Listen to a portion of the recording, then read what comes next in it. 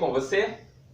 Na aula de hoje nós continuaremos os nossos estudos sobre foco narrativo, ou seja, a perspectiva a partir da qual uma história é contada. Então o foco narrativo, como nós estudamos na aula anterior, ele pode ser em primeira pessoa, e aí nós temos os narradores personagem e testemunha, ou pode ser também o foco narrativo em terceira pessoa, que são os narradores que nós estudaremos na aula de hoje, que é o narrador observador e o narrador onisciente, ok? Então, para isso, eu solicito, por favor, que você anote aí em seu caderno as informações sobre o cabeçalho.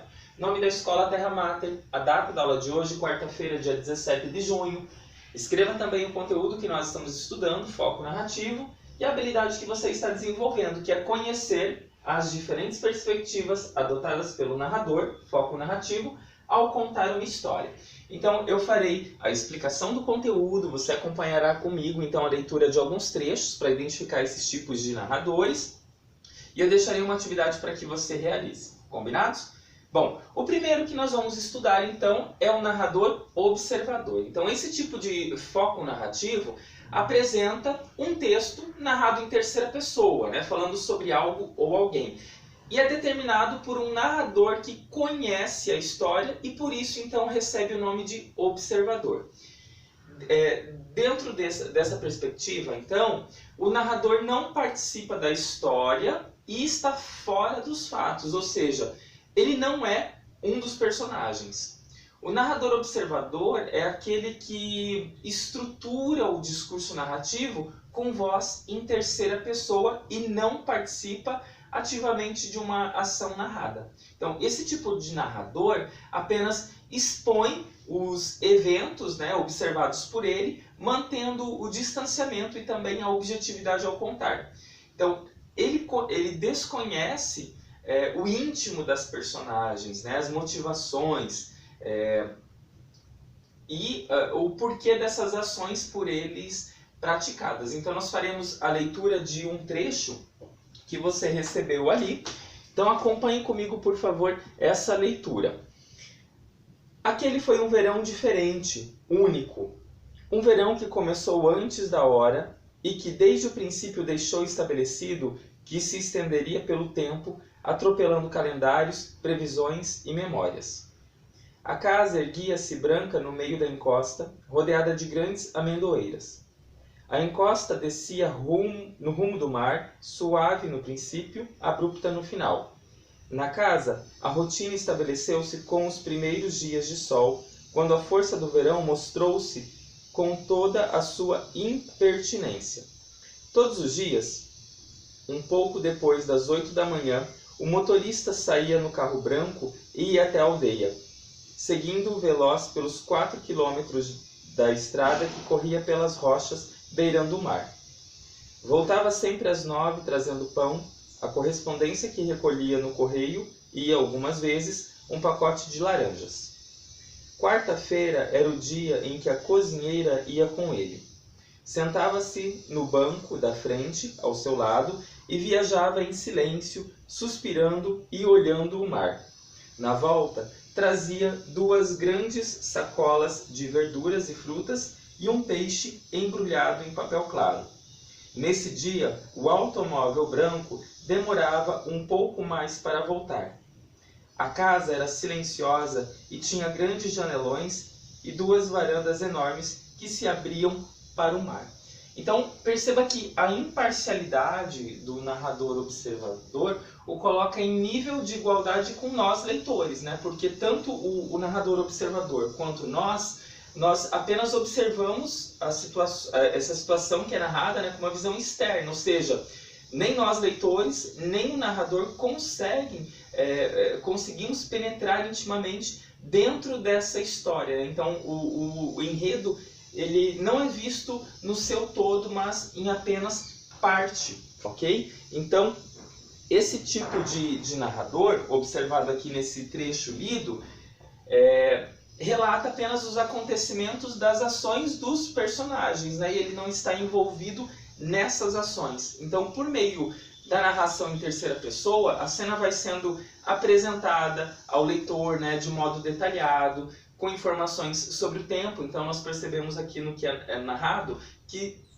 essa história se passa no verão, se passa também em uma casa da praia. Então nós temos ali apontado o espaço onde isso ocorre. Nós temos também alguns personagens revelados, que motorista, cozinheiro, né? Então o leitor acompanha esses acontecimentos rotineiros da vida desses personagens, né? Como se estivesse assistindo a uma cena que se desenrola diante dos nossos olhos. Então essa é a característica do narrador observador, ok? Agora nós vamos conversar um pouquinho sobre o outro tipo de narrador em terceira pessoa, que é o narrador onisciente, um narrador mais profundo. Então quando um escritor pretende, né, que os leitores acompanhem o que os personagens pensam e sentem, ele constrói o foco narrativo em terceira pessoa e escolhe trabalhar com o narrador onisciente. Então, esse narrador onisciente, ele tem conhecimento total dos fatos, não parcial como o observador,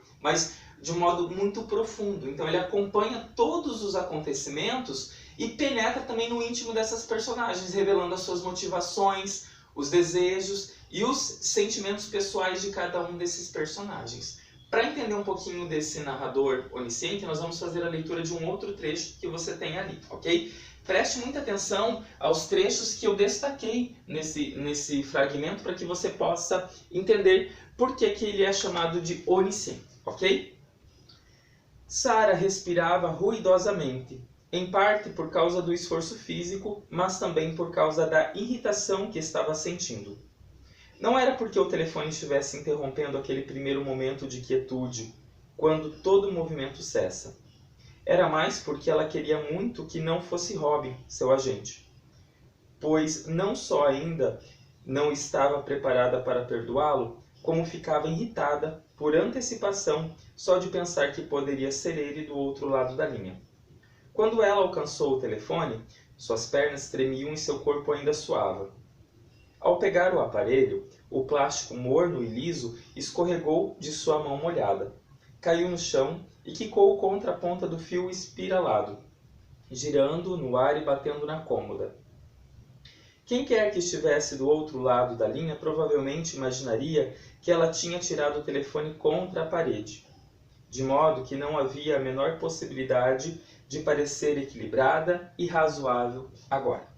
Bom, nesse trecho, que foi retirado de um romance, apesar de um narrador aparentemente não estar associado a nenhuma personagem, nós podemos constatar que o olhar de uma personagem se sobressai em relação ao que é contado. Isso acontece porque em qualquer narrativa sempre será estabelecido um ponto de vista que predomina sobre os demais. Nesse caso aqui, o narrador onisciente constrói o ponto de vista de Sara, né, a personagem principal dessa história que nós lemos no fragmento. Então, nós sabemos, por exemplo, que a sua irritação se deve principalmente à possibilidade de o seu agente ali, o Robin, né, com quem ela não desejava falar, estar do outro lado da linha. Então, esses trechos destacados são exemplo de como o narrador explicita os sentimentos e as motivações das personagens.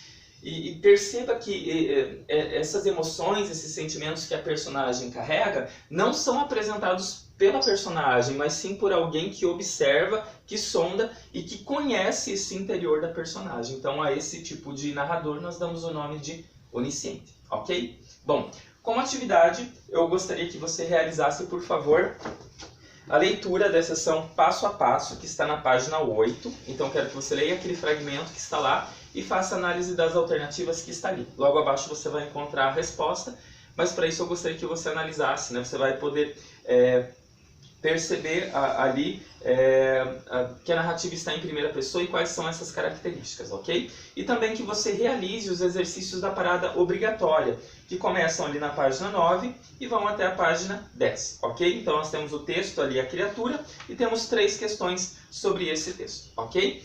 Realize essas atividades e na aula de amanhã nós faremos então a correção, ok? Bons estudos e até o nosso próximo encontro. Um grande abraço!